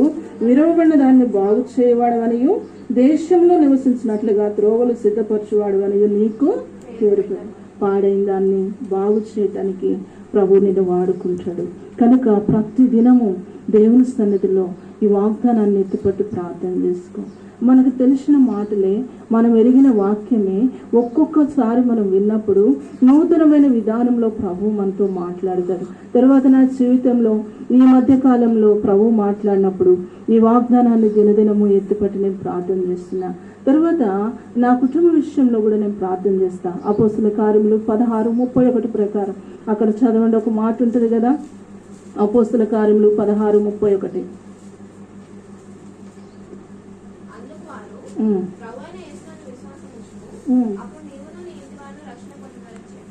ప్రభు అయిన యేసునందు విశ్వాసం ఉంచుము, అప్పుడు నీవును నీ ఇంటి వారును రక్షణ. ప్రభా, అపోస్తుల కార్యములు 16:31 నా పక్షంగా నువ్వు నెరవేర్చు. నేను నీ యందు విశ్వాసం ఉంచున్నాను కదా, నా కుటుంబం అంతా రక్షణలోనికి రావటానికి మీరు సహాయం చేయమని నీ మధ్య కాలంలో ఎక్కువ ఈ 2 వాగ్దానాల విషయంలో ప్రభు నా హృదయంలో భారం ఇస్తూ వచ్చినాడు. ప్రతి దినము కూడా దేవుని సన్నిధిలో మోకరించి ఈ వాగ్దానాల మీద నా చేతిని పెట్టి ప్రతి దినము నేను ప్రార్థన చేస్తున్నా. ప్రభా, ఈ వాగ్దానాలు నా వ్యక్తిగత జీవితంలో నేను స్వతంత్రించుకోవటానికి, ఈ వాగ్దానం యొక్క నెరవేర్పు నా కనులతో నేను చూడటానికి కావలసినటువంటి కృపను నాకు ఈ ప్రభువాన్ని ప్రార్థన చేస్తున్నా. కనుక ఈమె ఇక్కడ ఏమడిగింది ప్రియులరా, నాకు దీవెన దయచేయం. తండ్రి దగ్గరికి వచ్చింది, తండ్రి దగ్గరికి వచ్చి ఏమడుగుతుంది, నాకు ఏం కావాలంట, దీవెన దయచేయం. మనం మన తల్లిదండ్రులు ఏమడుగుతాం? ఆస్తి అడుగుతాం, వెండి అడుగుతాం, బంగారం అడుగుతాం, పట్టు చీరలు అడుగుతాం కదా. అయితే ఈమె అడుగుతా ఉంది. అక్సార్ జీవితంలో నీవు నేను నేర్చుకోవాల్సిన ఇంకొక ఆత్మీయమైన పాఠం ఏంటి అంటే, ప్రభు దగ్గరికి మనం వచ్చినప్పుడు మనం ఏం అడగాలి? ప్రభువా, నన్ను దీవించు, నన్ను ఆశీర్వదించు. నా వ్యక్తిగత జీవితం కొరకు కాదు, అనేకులకు దీవెనకరమైన పాత్రగా, అనేకులకు ఆశీర్వాదకరమైన పాత్రగా నేను ఉండినట్లు ఆత్మీయంగా నన్నట్లు దీవించు ప్రభువా, ఆత్మీయంగా నన్నట్లు ఆశీర్వదించమని అడిగితే ప్రభు కూడా మనల్ని ఆశీర్వదించేవాడు ఉంటున్నాడు. ఈమె అడిగినప్పుడు ప్రియులరా, నన్ను దీవించమని అడిగినప్పుడు, దీవెన దయచేయమన్నప్పుడు ఇచ్చాడా లేదా చూడన్నాడా?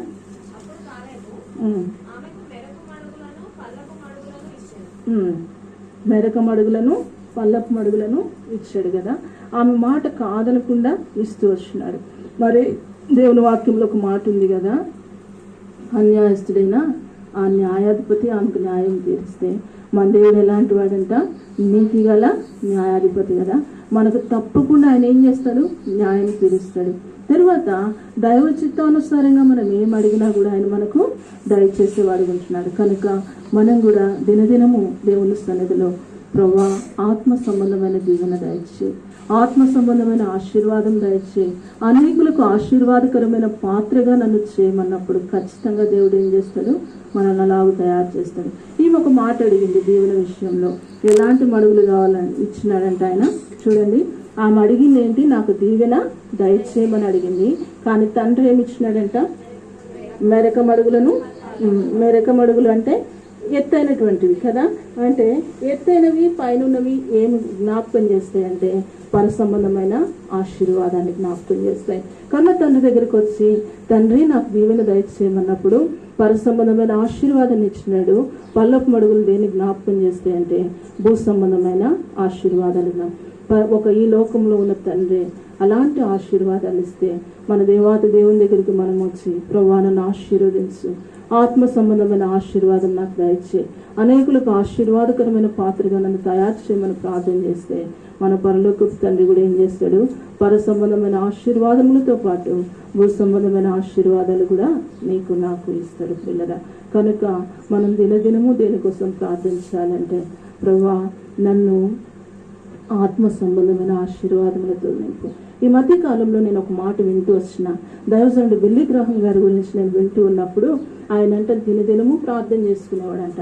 ఏమని ప్రార్థన చేసుకునేవాడంటే, ప్రభువా నన్ను తుప్పు పట్టనియొద్దు, ఆత్మీయ జీవితంలో నన్ను ఏం పట్టనియొద్దు, నన్ను తుప్పు పట్టనియొద్దు ప్రభువా, నన్ను పాడైపోనియొద్దు, నన్ను తుప్పు పట్టనియొద్దు, నన్ను కానీ అనేకుల కొరకు అరిగిపోయే పాత్రగా, అనేక ఆత్మల కొరకు కరిగిపోయే పాత్రగా నన్ను వాడుకో అని ప్రార్థన చేసినాడంట. అలాగూ ప్రార్థన చేస్తే 171 దేశాల్లో సువార్తను ప్రకటించడానికి దేవుడు ఏం చేసినాడు? కృపనిచ్చినాడు. అయితే మనం ప్రార్థన చేస్తున్నామా? రక్షించబడినాం, వాక్యం ఎంతో వింటున్నాం, తెలుసుకుంటున్నాం, కానీ మన ద్వారా కొన్ని ఆత్మలకైనా సువార్త అందుతుందా? మనం కొన్ని ఆత్మల కొరకైనా ప్రార్థన చేయగలుగుతున్నామా? కొన్ని ఆత్మల కొరకైనా విజ్ఞాపన చేయగలుగుతున్నామా?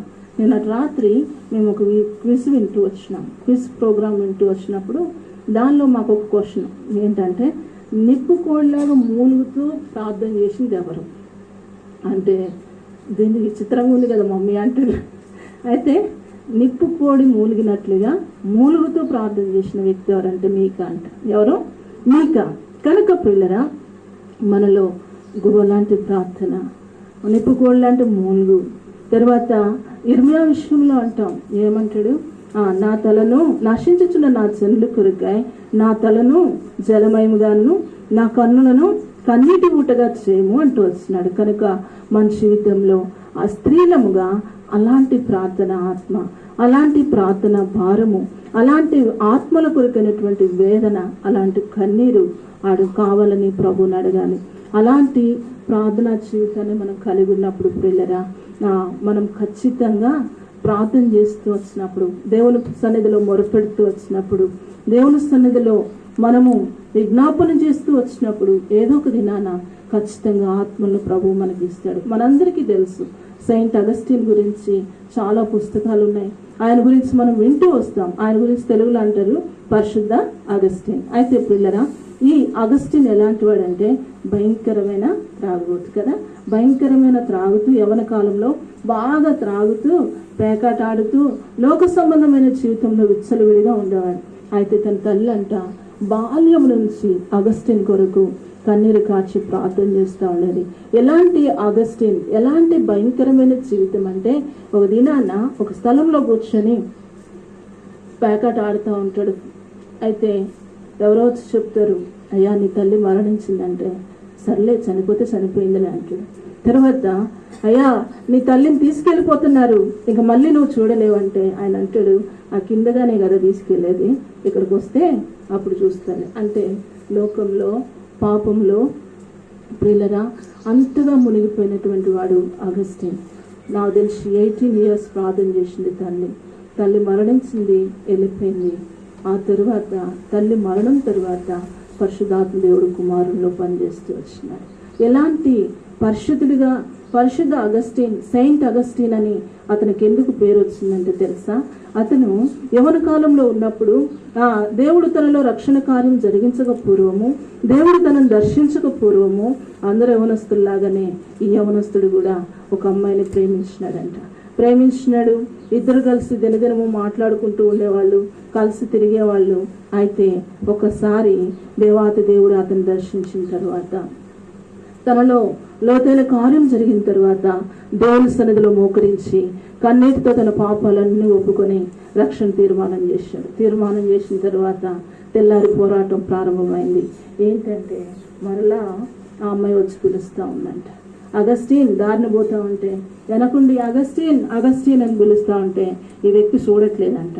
చూడకపోతుంటే అగస్టిన్, నేను అగస్టిన్, నా పేరు పలానా, నిన్నటిదాకా నాతో తిరిగావు కదా, నేను కదా నీ ఫ్రెండ్ని కదా అంటే ఆయన ఒక మాట అన్నాడంట, పాత అగస్టిన్ చచ్చిపోయాడు. పాత అగస్టిన్ ఏమయ్యాడు? చచ్చిపోయాడు. ఇప్పుడు బ్రతికేది కొత్త అగస్టిన్. ప్రియులరా, నీ కొరకు నా కొరకు దేవాతి దేవుడు నీలో నాలో ఇలాంటి తీర్మానాన్ని చూడాలని ఆశపడుతున్నాడు. అందుకనే అతనికి పరిశుద్ధ అగస్టిన్ అని పేరు పెట్టబడుతూ వచ్చింది. ఆ దినాన ఏ దినానైతే దేవుడు దర్శించాడో, ఎప్పుడైతే దేవుని యొక్క సన్నిధిలో రక్షణ తీర్మానం చేసినాడో తన జీవితాన్ని అంతా విడిచిపెట్టినాడు. ఆ తాగుడు విడిచిపెట్టినాడు, ప్యాకాడు విడిచిపెట్టినాడు, ఫ్రెండ్స్ని విడిచిపెట్టినాడు, సమస్తాన్ని విడిచిపెట్టి ప్రభు కొరికై పరిశుద్ధమైన వ్యక్తిగా తన జీవిత కాలం అంతా బ్రతికినాడు. గనుక పరిశుద్ధ అగస్టిన్ అని అతనికి పేరు పెడుతూ వచ్చినాడు. సెయింట్ అగస్టిన్ విషయంలో ఎన్నో బుక్స్ కూడా మనం చూస్తాం. కనుక నీ జీవితంలో, నా జీవితంలో మరి అలాంటి మార్పు మన ప్రభు తీసుకురావాలని కోరుకుంటున్నాడు. ఈ సందర్భాన్ని మనం ఎందుకు చెప్పుకున్నామంటే, ఆ తల్లి ప్రార్థన చేసింది. 18 సంవత్సరాల కన్నీరు గార్చింది. తల్లి కుమారుని యొక్క రక్షణ కార్యం తన కన్నులతో తను చూడలేకపోయింది, కానీ తన మరణం తర్వాత ఆమె ప్రార్థన ఏం కాలేదు, వ్యర్థం కాలేదు. కనుక నీ జీవితంలో, నా జీవితంలో, రక్షణ లేని నీ భర్త విషయంలో, త్రాగుల్లో ఉన్న నీ భర్త విషయంలో, బలహీనుడైన నీ భర్త విషయంలో, బంధకాల్లో ఉన్న నీ భర్త, నీ బిడ్డల విషయంలో, నీ తల్లిదండ్రుల విషయంలో, రక్త సంబంధికుల విషయంలో, స్నేహితుల విషయంలో దినదినము కూడా దేవుని సన్నిధిలో నువ్వు కూర్చొని దేవుని పాదాలు పట్టుకొని కన్నీటితో నువ్వు గోచాడుతూ వస్తే, సంవత్సరం చేసినా 2 సంవత్సరాలు చేసినా జవాబు రాలేదని విడిచిపెట్టొద్దు. కానీ మానక మనం ప్రార్థన చేసినప్పుడు లూకాసు వార్త 18:1 రాయబడినట్లు విసుగక నిత్యము ప్రార్థన చేస్తూ వచ్చినప్పుడు ఏదో ఒక దినాన దేవుడు ఖచ్చితంగా వారిని దర్శిస్తాడు, వారిని తన మార్గంలోనికి తీసుకొని వచ్చేవాడు ఉంటున్నాడు. కనుక అలాంటి దీవెన అంటే ప్రభా ప్రార్థనా పరురాలుగా నన్ను తయారు చేయి, ప్రభా వాక్యానుసారంగా జీవించడానికి నన్ను తయారు చేయి, ప్రభా ఇతరుల కొరకు విజ్ఞాపనకర్తగా నన్ను తయారు చేయి, అనేకులకు ఆశీర్వాదకరమైన పాత్రగా నన్ను తయారు చేయమని అలాంటి ఆత్మ సంబంధమైన ప్రార్థన చేయాలి. కానీ ఇంకా శరీరం కొరకు, ఇంకా లోకము కొరకు, ఇంకా తుచ్చమైన వాటి కొరకు మనం ప్రార్థించే వారంగా ఉండకూడదు. పిల్లరా, ఇక్కడ తండ్రి దీవెన దయచేయమని అడిగింది, పర సంబంధమైన భూ సంబంధమైనటువంటి దీవెన పొందుకుంది. 4వదిగా మనం చూస్తే అక్స అంటే అర్థము ఆభరణము. అక్స అంటే అర్థం ఏంటి? ఆభరణము. ఆభరణం గురించి ఒక మాట మనం చూద్దాం. సామెతల గ్రంథము 3వ అధ్యాయము 3వ వచనం. సామెతల గ్రంథము 3వ అధ్యాయము 3వ వచనం చదవండి.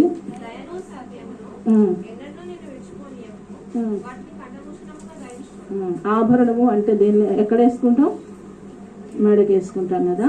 అయితే దేవుని వాక్యంలో రాయబడిన ఆభరణం ఏంటంటే దయను సత్యమును ఎన్నడూ విడిచిపెట్టవద్దు, వాటిని నీకు ఎట్లా ఉండాలంట? కంఠభూషణముగా ధరించుకొనుము. కనుక ఇంతవరకు బంగారం కోసం తపన పడ్డామేమో, వెండి కోసం తపన పడ్డామేమో, ఇంతవరకు పట్టు చీరల కోసం తపన పడ్డామేమో, లేకపోతే లోక సంబంధమైన, భూ సంబంధమైన, శరీర సంబంధమైన అలంకరణ కొరకు తపన పడ్డామేమో. అయితే ఇది మనం జ్ఞాపకం చేసుకుందాం. పరిశుద్ధాత్మ దేవుడు అంటాడు, దయను సత్యమును విడిచిపెట్టవద్దు, వాటిని కంఠభూషణముగా ధరించుకో. ఈ దినం నుంచి ఒక నూతనమైన ప్రార్థన చేసుకుందాం. ప్రభువా, నీ బిడ్డనుగా నేను దయను సత్యమును నా జీవితంలో ప్రభువా మరి ఆభరణముగా ధరించుకోవటానికి నాకు నీ కృపని, దయను సత్యమును ఎన్నడూ విడవకుండా ఆత్మయాత్రలో ముందుకు కొనసాగటానికి సహాయం చేయమని ప్రభువుని అడుగుదాం. పోయినసారి సిస్టర్స్ మీటింగ్లో జ్ఞాపకం చేస్తూ వచ్చిన 1 పేతురు రాసిన పత్రిక 3వ అధ్యాయము చూడండి. 1 పేతురు 3 అక్కడ ఏమంటాడు చూడండి.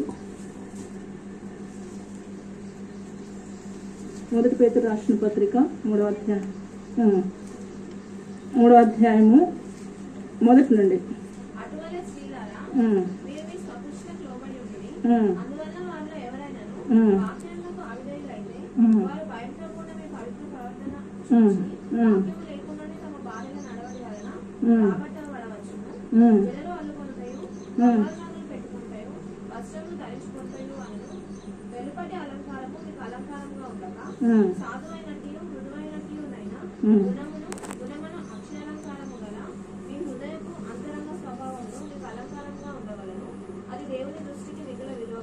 చాలు.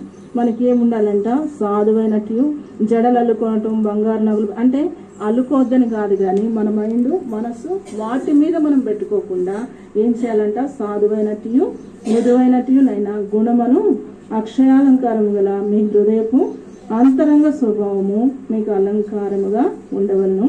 అది దేవుని దృష్టికి మిగుల విలువగలది. పిల్లరా, ఇక్కడ ఒక మాట పరిశుద్ధాత్మ దేవుడు స్పష్టంగా నాకు జ్ఞాపకం చేస్తూ వచ్చినాడు. అదేంటంటే, ఒక మాట ప్రతి స్త్రీ కూడా తన హృదయంలో రాసుకోవాల్సిన మాట, నిత్యము తన కనుల ఎదుట నిలుపుకోవాల్సిన మాట ఏంటంటే, సాధువైనట్టు మృదమైనట్టు గుణమున అక్షయాలంకారం గల అని తీసేస్తే మీ హృదయపు అంతరంగ స్వభావము.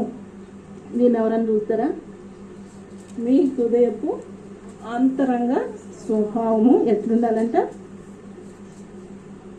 మీకు అలంకారముగా ఉండాలి. అది దేవుని దృష్టికి మిగుల. ఇది నాన్న స్త్రీలమైన మన జీవితంలో బాహ్య సంబంధమైన అలంకరణ కన్నా హృదయం యొక్క, ఎప్పుడు సిస్టర్స్ మీటింగ్లో నేను జ్ఞాపకం చేస్తా, మన హృదయం లోపల ఉన్నటువంటి అంతరంగం యొక్క అలంకరణ. బాహ్యాన్ని పక్కన పెట్టి హృదయమును పరిశీలన చేస్తే, మన హృదయాలను పరిశీలించేవాడు ఎవరు? ప్రభువే. ప్రతి మానవుని యొక్క హృదయమును, ప్రతి మానవుని యొక్క అంతరంగమును పరిశీలించేవాడు కనుక హృదయాంతరంగములను పరిశీలించే దేవుడున్నాడని గుర్తెరిగి ప్రతి స్త్రీ తన హృదయాన్ని, తన అంతరంగాన్ని అలంకరించుకోగలిగితే అది దేవుని దృష్టికి మిక్కిలి కనుక ఇది నా ప్రశ్న. నీ అంతరంగాన్ని ప్రభుత్వాన్ని చూసినప్పుడు, నీ అంతరంగమును బట్టి, నీ అంతరంగ అలంకరణను బట్టి ఒక స్త్రీగా ప్రభు సంతోషించగలుగుతున్నాడా? మన హృదయం యొక్క అంతరంగం యొక్క లోతులలో దేనిని దాచిపెట్టుకున్నాం? వాక్యాన్ని దాచిపెట్టుకున్నామా? ప్రార్థనను దాచిపెట్టుకున్నామా? విజ్ఞాపన ఆత్మను దాచిపెట్టుకున్నామా? నశించు ఆత్మల కొరకైన భారాన్ని దాచిపెట్టుకున్నామా? అక్సావలే ఆత్మ సంబంధమైన ఆశీర్వాదం కొరకైనా ఆశను దాచిపెట్టుకున్నామా? లేక వ్యర్థమైన తుచ్చమైన ఆలోచనలు, వ్యర్థమైన తుచ్చమైనటువంటి తలంపులు, దేవునికి అయిష్టమైన వాటితో అంతరంగాన్ని అలంకరించుకుంటున్నామా? ఒకవేళ ఏదైనా మలినము, ఏదైనా మచ్చ, ఏదైనా డాగు నీ అంతరంగంలో ఉంటే, అంతరంగం యొక్క లోతుల్లో ఉంటే ప్రభువుని అడుగుదాం. ప్రభువా, నీ రక్తముతో నన్ను కడుగు, నన్ను పరీక్షించు. నా శరీరాన్ని కాదు, బాహ్య సంబంధమైన నా జీవితాన్ని కాదు, నా అంతరంగమును పరీక్షించు ప్రభువా. నన్ను పరిశోధించు ప్రభువా. నా అంతరంగం యొక్క అలంకరణను కాపాడుకోవటానికి అక్సావలే నాకు కృపని ప్రభువా అని అడిగితే ఖచ్చితంగా దేవుడు నాకు సహాయం చేస్తాడు. ఈ దినాన పిల్లరా, ఈ మధ్య కాలంలో దేవుని సన్నిధిలో నేను ప్రార్థన చేస్తున్నప్పుడు పరిశుద్ధాత్మ దేవుడు నాకు ఇచ్చిన తలంపు ఏంటో తెలుసా? ఒక తలంపును ప్రభు నా యొక్క గమనంలోనికి తీసుకొచ్చినాడు. ఏంటంటే, చాలా మంది ప్రార్థన చేస్తున్నారు. ఒక అంశం కొరకు నెలల తరబడి, వారాల తరబడి, సంవత్సరాల తరబడి ప్రార్థన చేస్తున్నారు. కానీ ఆ ప్రార్థనకు జవాబు రాకపోవటానికి కారణం ఏంటో తెలుసా? పెదవులు ప్రార్థన చేస్తున్నాయి కానీ హృదయం పరిశుద్ధంగా లేదు. పెదవులు ప్రార్థన చేస్తున్నాయి కానీ అంతరంగం పరిశుద్ధంగా లేదు. పెదవులు ప్రార్థన చేస్తున్నాయి కానీ అంతరంగమైన అలంకరణ లేదు. కానీ పిల్లరా, ప్రభు సన్నిధిలో దేవుని సేవకురాలుగా నా చేతులు జోడించి చెప్తున్నా, అంతరంగంలో పరిశుద్ధతను కాపాడుకోవటం నీ వలన అయితే, అంతరంగంలో ప్రభుకి ఇష్టానుసారంగా అలంకరించుకోవటం నీకు చేతనైతే, నువ్వు కూర్చొని చేసినా, నిలవబడి చేసినా, మోకరించి చేసినా నీ ప్రతి ప్రార్థనకు జవాబు వస్తుంది. నీ ప్రతి మాట, నీ నోట నుండి వచ్చే ప్రతి మాట దేవుడు స్థిరపరుస్తాడు. ఆ మాటను దేవుడు ఘనపరుస్తాడు. ఈ మధ్య కాలంలో పరిశుద్ధాత్మ దేవుడు నాతో పదే పదే ఆ మాట జ్ఞాపకం చేస్తూ వచ్చినాడు. నేను పోయిన వారం కూడా జ్ఞాపకం చేసిన, ఇంతకుముందు మేము చేసినటువంటి సంఘంలో ఓ సహోదరి ఫోన్ చేసి, చాలా అనారోగ్యంగా ఉన్నానక్క, దేవుడు నాతో మాట్లాడుతున్నాడు, ఒకవేళ నేను చనిపోతానేమో, నేను చదువుకుంటే వాక్యాలు కూడా నాకు అట్లా వస్తున్నాయి అక్క అని కన్నీరు గారుస్తూ ఉంది. బంధువులంతా కూర్చొని ఏడుస్తూ ఉన్నారు, వారి కుమారుడు ఏడుస్తూ ఉన్నారు. నాకు ఫోన్ చేసినప్పుడు నేను ఒక మాట చెప్పిన, ఆ బిడ్డ ఏడుస్తూ ఉంటే బాగా పరిచయమైనటువంటి బిడ్డ, బాగా తెలిసినటువంటి బిడ్డ అయితే వెంటనే ఏంటి ప్రభా ఈ పరిస్థితి అన్నప్పుడు, ప్రభు ఒక మాట జ్ఞాపకం చేస్తున్నాడు. హిజ్కియాకు ఆయుష్కాలంలో పొడిగించిన దేవుడిని నేను కానా అన్నప్పుడు ఆ బిడ్డతో చెప్పిన ధైర్యంగా, అమ్మా బాధపడొద్దు, ఏడవద్దు, హిజ్కియాని జ్ఞాపకం చేసుకో. యెషయా ప్రవక్తను పంపించి నువ్వు మరణమవుతున్నావు కదా, నీ ఇంటిని చక్కబెట్టుకోమని చెప్పింది యేసయ్యే కదా, దేవుడే కదా. అయితే అవన్నీ పట్టించుకోకుండా గోడ వైపు తిరిగి కన్నీళ్లు విడిచి ప్రార్థన చేసినప్పుడు మరలా అదే యెషయా ప్రవక్తను పంపిస్తాడు కదా, హిజ్కియా దగ్గరికి పంపించి అంటాడు, నీవు కన్నీళ్లు విడిచిట నేను సూచిస్తాను కనుక 15 సంవత్సరాల ఆయుష్కాలం పొడిగించి. అంటే హిజ్కియా కన్నీరు, హిజ్కియా ప్రార్థన దేవుని ఆలోచన మార్చింది, దేవుని తలంపును మార్చింది తల్లి, దేవుని యొక్క ప్రణాళికను మార్చింది. ఒకవేళ నీ జీవితంలో నీ సమయం అయిపోయినా హిజ్కియా వలె కన్నీరు విడిచి ప్రార్థించి మేము కూడా నీ కోసం ప్రార్థన చేస్తాం. దేవుడు మన ప్రార్థన మనకన్నిటిని ఆలకించి నీ ఆయుష్కాలంలో పొడిగిస్తాడు. నిజంగా ఆ బిడ్డ తన కుమారుడు తన కొరకు అనేక మంది పరిశుద్ధులు సేవకులుగా మేము ప్రార్థన చేస్తూ వచ్చినాం. పిల్లరా ఇక చనిపోతే అనుకున్నటువంటి పరిస్థితి, బంధువులంతా కూర్చొని ఏడ్చిన పరిస్థితి, 5 దినాలు అదే పరిస్థితి. ఎక్కడికో వెళ్ళే టైంలో ఫోన్ చేయటం, ప్రార్థన చేయటం. ఆ రోజు రాత్రికి ఎట్లుందమ్మా అంటే మంచిగా ఉంది. 2వ రోజు మళ్ళీ ఫోన్ చేసి, ఒక రోజు ఉపవాస ప్రార్థనకి వెళ్తూ ఉంటే ఫోన్ చేసి, అక్క నిన్నట్లాగే అవుతుంది అక్క, నిన్నటికన్నా ఇంకా ఘోరంగా ఉందంటే నేను అన్నా పర్లేదు, నిన్న చేసిన ప్రార్థన ఈరోజు చేద్దాం అని చెప్పి మరలా కొన్ని మాటలు చెప్పి ఫోన్లో ప్రార్థన చేసి నేను వెళ్ళి ఉపవాస ప్రార్థనలో కూర్చున్నా. పిల్లరా ఇది నా 5 దినాలు ఇబ్బంది పడింది. అద్భుతంగా దేవుడు ఆ బిడ్డకు ఆరోగ్యం ఇచ్చినాడు. అంటే నేనేమంటానంటే మనలో ఏ గొప్పతనం లేదు, మనలో ఏ యోగ్యత లేదు, మనలో ఏ అర్హత లేదు, మనం కేవలం నిష్ప్రయోజకులం. కానీ అంతరంగంలో యథార్థతను కాపాడుకుంటే, పరిశుద్ధతను కాపాడుకుంటే, ప్రభువు ఆశించిన అంతరంగ అలంకరణ అలాంటి ప్రార్థన ఆత్మను మనం కలిగి ఉంటే మన నోటి నుండి వచ్చే ప్రతి మాటను కూడా దేవుడు ఏం చేస్తాడు, స్థిరపరుస్తాడు, ఘనపరుస్తాడు.